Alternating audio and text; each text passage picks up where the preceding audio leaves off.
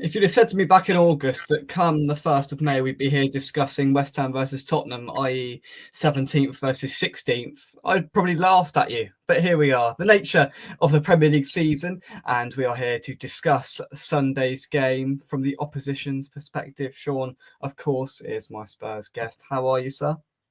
I'm all right, mate. Bit of a mad rush to get home from work, but I'm here. The dedication, I Bit like dishevelled, but I'm here. And of course, Sunday isn't the big game. The big game takes place tonight. Is it home tonight? Surely you're away tonight. No, we're home tonight. Typical of Tottenham season, there's rumours going around that he has been a key player, Bergvall, might be out for the season. So he's been what I think probably at the start of the season I said that we were building this really young squad. And some called it the envy of Europe. And we have got some very, very, very talented youngsters. He was probably one of the biggest hopes. Swedish wonder kid, but he'd been chucked in a lot at the deep end, and he is a very good player. But if he's out for the season, then it makes tonight and next Thursday even harder. Yeah. So the $1 million question then, and it's difficult to probably put a finger on it, but I'm going to ask you anyway. Where has it gone wrong in the Premier League this season? Why are you 16th? Combination of, I think, Ange is an elite manager, so I think his style maybe just got sussed out a little bit more. That's one thing. Bear in mind, we were fifth last year, and I want to say the last 2 months of the season we started dropping a lot of points. Yeah, because there was a stage where we should have been fourth easily, and Villa sort of nicked it the last few weeks. So I think it's a case of that. It is definitely a case of an OTT amount of injuries. Bear in mind, last year we had no Europe either. No Europe at all. This year we had Europe. It's an extended European campaign. I think it was 8 group games. I think Tottenham are now 12 games into the campaign already. Bodo Glimt, I think they've done 14 because he had the playoff. And Ange actually came out and said, it was no surprise to me, but you don't often get a manager say it, that he was surprised how hard it was going to be juggling the squad with the injuries. I think for about 6 weeks we had the worst injuries in the league, and it was silly injuries like 3 centre backs injured, and the goalkeeper broke his foot. Yeah. Then we lost half the midfield. Then another example. This could be down. I don't know why this is. It could be down to training techniques. You just don't know what goes on behind the scenes. One of the pluses of signing Dominic Solanke, who started the season great, was he barely missed a game for 3 seasons. He's had 4 separate injuries for Tottenham in 1 season. So I don't know who to blame, but that has happened. And what's happened since then, I think it's very obvious. When we started sliding, I think we were 5th when the major injuries came in. And all over Christmas and the New Year, we just started sliding and sliding and sliding. And that sort of coincided with, I think, they thought, right, we're not going to get Europe in the league. We've got to just focus on this Europa League. And Europa League performances have been better. I know a lot of people say, you need a win in the league to help momentum, a bit of confidence. That hasn't really been the case because we lost to, I can't remember, we lost to loads of poor sides, but we lost to one poor side, either side of a very good home performance versus Frankfurt, sorry. Frankfurt. Drew to Frankfurt and won away. We lost the league game in between. I think we won away in Hoffenheim in Germany, and either side of that, we lost away to Leicester and home to Fulham, either side of a Thursday night game victory in Germany. So that's how it's gone on. So yeah, it's a combination of injuries, basically injuries, and not handling it at all. It was rotten luck, or maybe it's partly his fault, the injuries, we don't know. But he admitted himself he didn't handle it. And it's a different kettle of fish in going up to Scotland. Celtic and Rangers will have by far the best squad by an absolute mile. You take 6 players out injured of the starting lineup, they should still beat Kilmarnock or Hibs or Inverness or whatever. Do you know what I mean? It's different. And he admitted himself he didn't expect it. Well, it was a wake-up call. For sure. So do you think tonight's result will dictate what sort of lineup and what approach he'll take on Sunday, or do you think he should and will be pretty sure in his mind about how he's going to approach it on Sunday, regardless of what happens tonight? Now, look, if you beat him 3-0 tonight, maybe there might be a slightly different approach. If you lose 3-0 tonight, maybe there'll be a slightly different approach. Both I don't think will happen. But do you think he'll be pretty set in his mind about resting and swapping players out for Sunday? Because obviously these two games that are sandwiched in between are much bigger and vastly more significant. He might go with a similar lineup that we had at Anfield at the weekend. Like, he completely rested the best two centre backs, our best two centre backs at the weekend.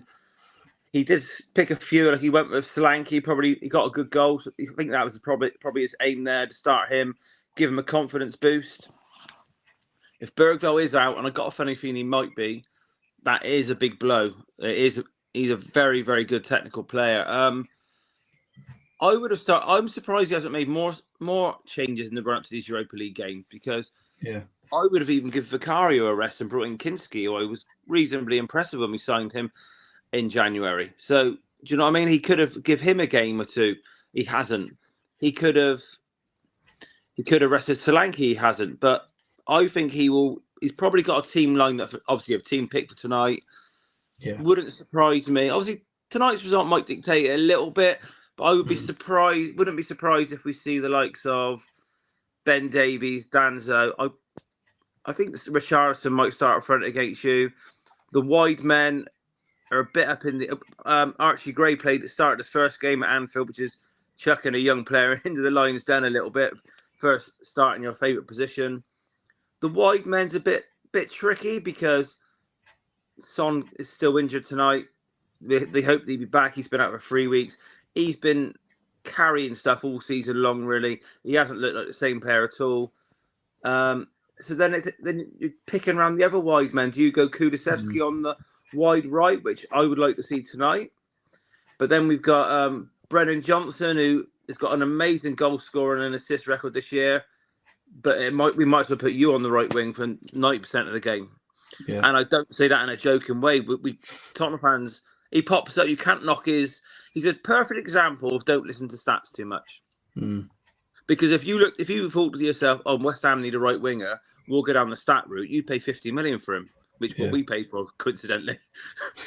If you go and watch him 3 games in a row, even if he scores that tap on, you would say not a chance. And I think he started at Anfield, and he obviously touched it a few times, but I barely noticed him at Anfield, to be fair. You won't. And I don't know if you can remember it, Forrest. We bought him from one thing in mind. He's very quick. Yeah. I can't remember him beating hardly anyone down the line at all. He just hasn't got the confidence of it. And because he's a very slight player, he's built very slight. He's not going to get in a little bit of a wrestle, use their arm, just nothing. He'll run down the line, then it's run out for a goal kick. But then we've got Matis Tell on loan from Bayern. I think he's quite a good player. Odegaard, he's from Burnley. He's just similar sort of player. They're both French under 21 international wingers. Offer a similar sort of thing. Again, both youngsters. I think Odegaard's 21. Tell's, I think he's 19. So there will be changes. I'm just not sure which way you go with it. Like you'll probably see I don't know what time the team comes. I might be out now, but I was just looking. It's not out yet. I would go Kulusevski and Tell is the wide men today, either side of Solanke.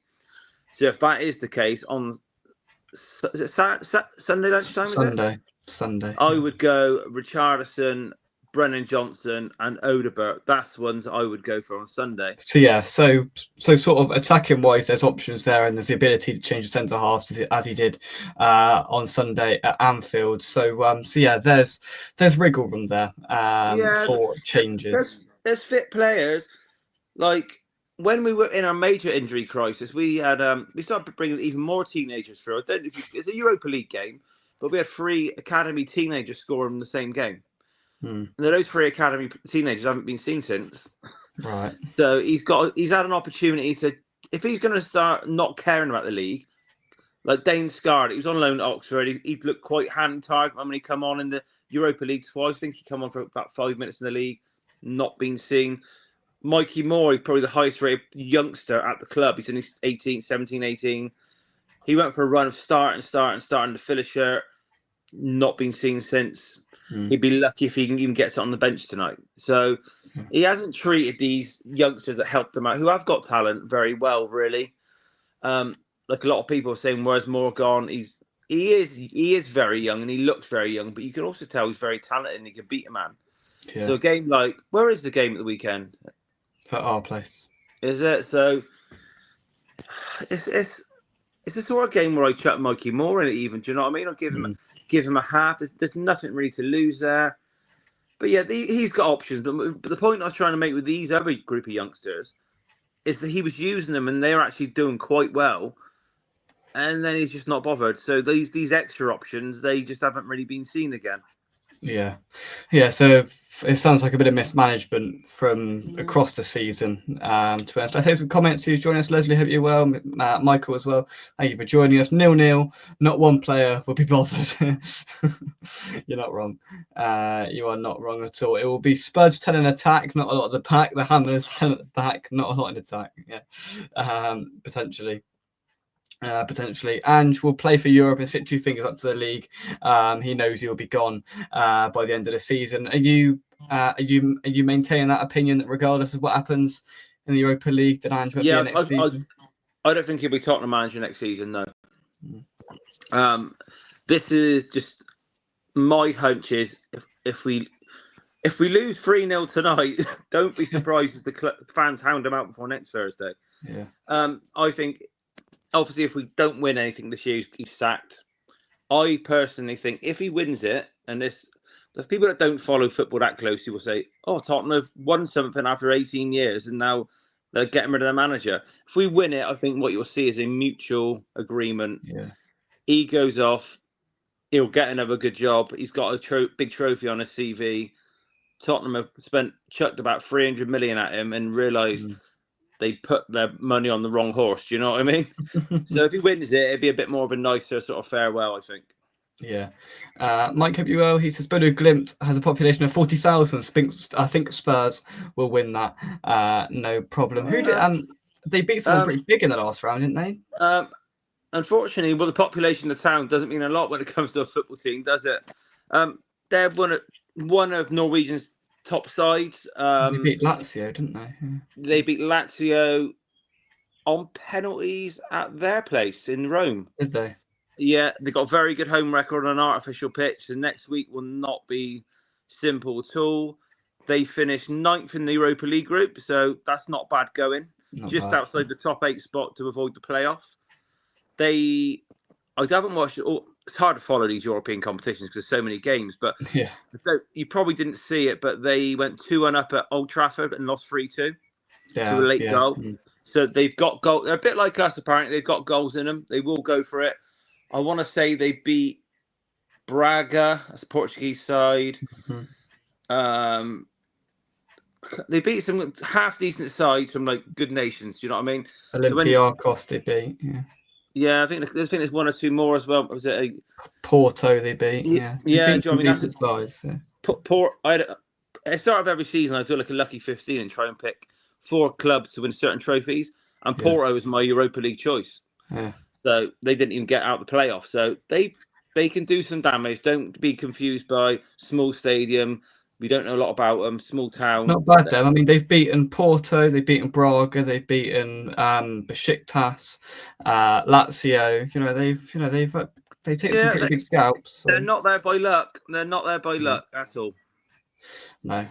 Let's take some more comments. Michael also says, I know a lot of Spurs fans, they all want him out. Whatever happens, Spurs need a 3-goal lead to take over there. You feel even 2-0. You never know. As you said, artificial pitch. That it will be interesting over there as long as it's not too far gone. Our resident Spurs fan is here. Ronnie, I hope you're well. No Son or Bergvall tonight. Yeah, rumour is they're out for the season, but I don't know. But yeah. Bergvall was a bigger blow than Son at the moment. So the reverse fixture ended in a 4-1 win for Tottenham in the game that saw Mohamed Kudus decide. That's the game where Kudus decided to start punching people. Do you remember? I remember that now, but honestly, if you I can't even remember that far back because that sounds like a brilliant result in the league. I can't even remember that. That's that's mental. Oh, yeah. Yeah, we were in the height of Julian Lopetegui's disillusionment, a 4-1 defeat. Gouda started pushing and punching people left, right, and centre. I mean, something like that shouldn't be replicated again. I'm expecting a pretty dull, dreary, kind of close game. Sean, would you be in Do you agreement? think Potter would try and use this as a bit of a springboard? Because Well, your fans are getting. I know it's not all his fault. The bad run of form. It's a little bit of a continuation of Lopetegui, a little bit. But do you think he might look at this? Think this could be a springboard to get the fans on board? Well, we've got 2 games here with Spurs and Man United in the next 2 weeks. Now, Man United away, we always give them a go and give them a run for their money, and we've lost really narrowly there in the last few years. And I mean, they've got Europe as well sandwiched in between. I mean, they'd have just come off the back of their second leg, so we're playing them on the Sunday. So we've got Spurs and Man United both coming off the back of European games in the next 2 weeks. 2 sides that haven't been great this season, just above us in the league. He will see, I think, these 2 games as a sort of springboard, and he'll know full well that the fans would like to beat these sides because none of us particularly like Spurs, and none of us particularly like Manchester United. So I think you're right. A springboard was probably the right way to put it, absolutely, and it would be. We need to see something. I mean, Brighton last week was unique, I think is what I'll say. We were good in patches, and then just again, we failed to see the game out. So, yeah, I think you're right. A springboard, definitely. Will it be utilised? I'm not so sure. But a few thoughts on West Ham this season overall, Sean? I covered it most times we come on, Yeah. really. You're not far off where I thought you'd be this season. And I think you'll probably finish exactly where I thought you'd be this season because I think you'll probably get something out of both of your next 2 games, which will nudge you up the league 1 or 2 spots. You're like a few clubs. You've got a bit of a mishmash squad, I think, and you often see it when after a successful period, like the Moyes period, you're still coming through the tail end of that a little bit. And you see that the biggest one ever was Alex Ferguson. Look, he knew when he couldn't regenerate that squad again. He left. I think that he was champions when they won it, and the squad he won his last title with was an absolute mess. Do you know what I mean? And they've probably never recovered from it. And every season they're trying to redevelop it. I think to a much lesser extent, that's what you're seeing a little bit here. You've probably got still 6 or 7 of Moyes' old boys left in there. The youngsters coming through the club obviously aren't quite good enough to be in your first team squad yet. Whether they are in the next couple of years, it remains to be seen. And then a little bit like Man United as well. When the qualities go, I know Moyes had like Kudus, didn't he? But again, it was one of those guys where very talented player. No one else is really going to have a look at him. And I think now you're kind of seeing why a little bit. I'm not saying he's not still a talented player, but put it this way, as a fan going to away games at Old Trafford or Brighton, on the way, you're not thinking Kudus could win us. He could give us 100% because you don't know whether he's going to give 100% or 40. He's one of those, do you know what I mean? And there's a lot, don't get me wrong, every club's probably got them, but you've just got that a little bit of a mishmash, a bit of a hangover from the Moyes era still, a little bit. You've also got the issue to deal with. You've got a manager coming in now trying to play a back 3. That's not a small thing. I think a lot of fans don't really spot that or notice that really. So you've had like Lopetegui. Did he play a lot back 4 every game, mainly back 4? He sort of flipped and flopped between the 2. Yeah, and like Moyes, I know Moyes did a bit of the back 3, a little bit here and again that as well. But Potter's more of a strict sort of back 3 manager. Yeah, he is. And if he's coming in a team with a bit of a mishmash squad of age and ability, I think that, and attitude, I think that's fair to say, because you've had a lot of rumours coming out your squad of fallouts most of the season as well. A few said apparently didn't get on with your last manager. And then he's trying to integrate this rigid, well, not rigid, but a proper back 3 where he's probably not going to deter from it at all. Yeah. There's been a lot going on at West Ham. And I did put you probably about 15th, 16th. And that was mainly because of the quality of the squad. Not necessarily because on ability, because you've got 3 or 4 players that I really rate a lot. And you've always going to have Bowen, who's going to God knows how many points you think he gets you a season on his own. Yeah. Do you know what I mean? So you've got that bit of quality. It's just, it is a mishmash of all different things. And if you've got a mishmash squad, it is hard to blend that together. And then throw in a manager who wants to play a back three.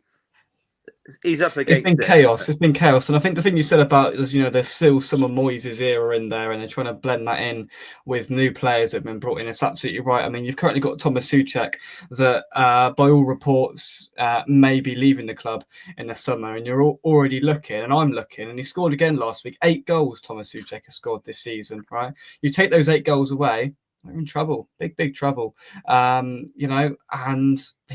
he wins us points, and you can only have one of that sort of player in midfield, and that's the issue because we have Ward-Prowse as well doing the same thing. It's been pretty just dysfunctional, to be honest. Souček isn't, your creative ball playing midfielder. He can pass the ball, but he's not a Paqueta sort of player that's going to find that $1 million ball. But he scored 8 goals this year, and you can't sway away from that. And without those goals, then God knows where we'd be. And all of a sudden, if you take those out, and we haven't got any money, I think it spells big danger in the summer, I'll be honest.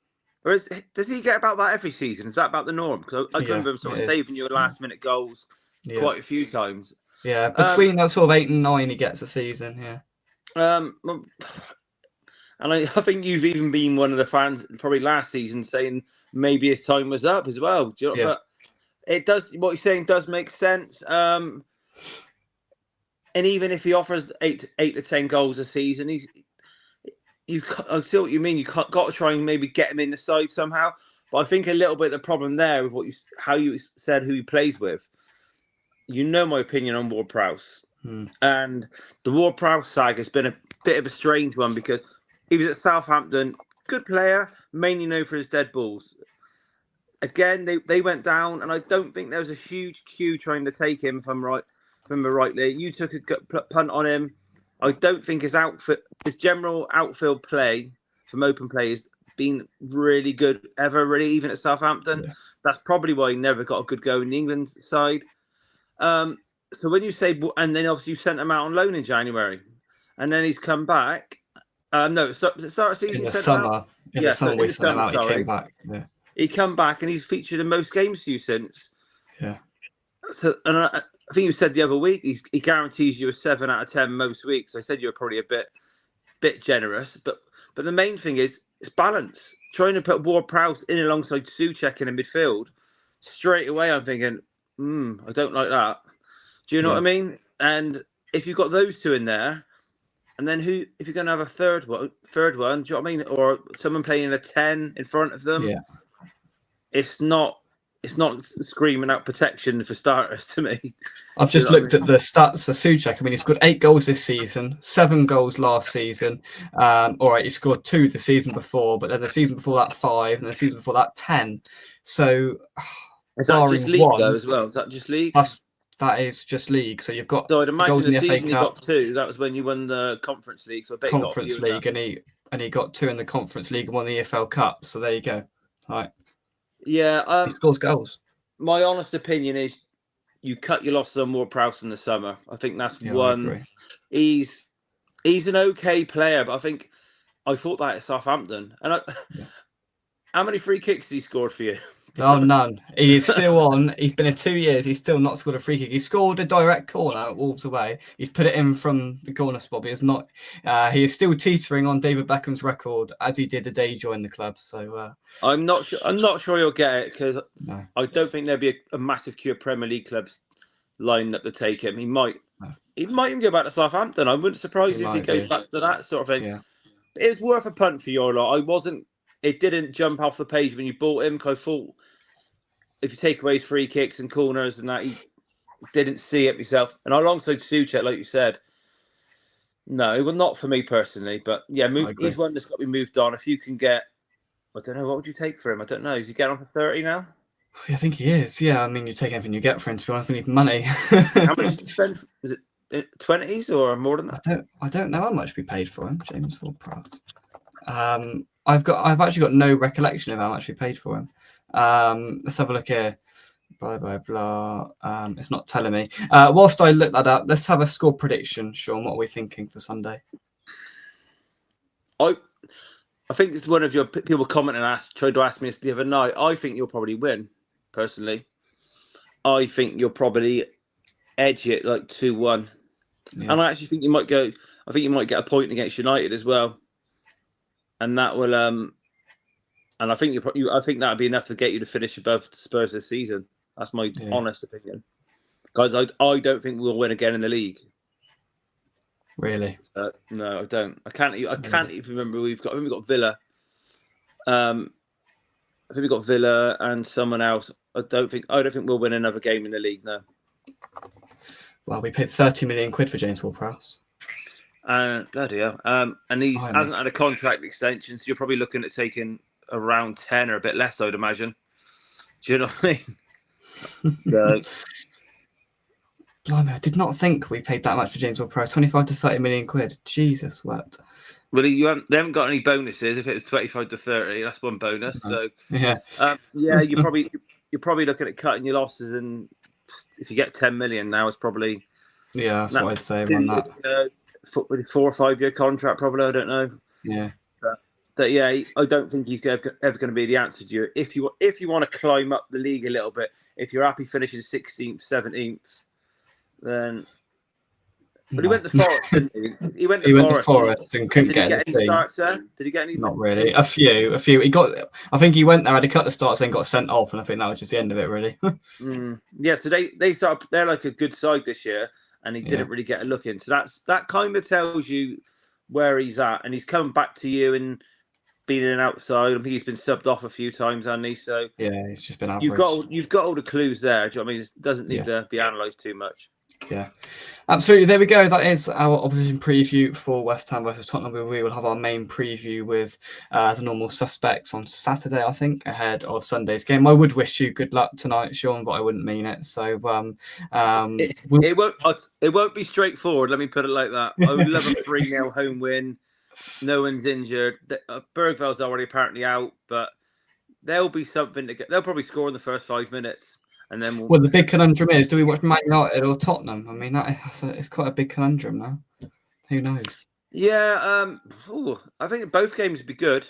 I want some sort of split screen action going on, really. The final was obviously in Bilbao as well. So is it? Yeah, so if Tottenham get through, it's either Bilbao or Man U. Do you know what I mean? In Bilbao. There we are. This won't be a straightforward 2-legged affair. If you want to watch a Tottenham game, you're guaranteed some kind of entertainment because, of course, always. When we play well going forward, we are good to watch. But our defending, well, I don't think Angie even coaches the defence. The goals we let in, there's no way there's defensive drills. Not good. There we are. Thanks for watching. Drop a like on the video and subscribe to West Ham Official. Sean, a pleasure as always. We will go through the action of tonight and Sunday on Monday or Sunday, I don't know, whenever we meet again. But until then, thank you very much, and we will see you soon right here on West Ham Official. Goodbye. Yeah, see you later. Cheers, Sean. Bye-bye.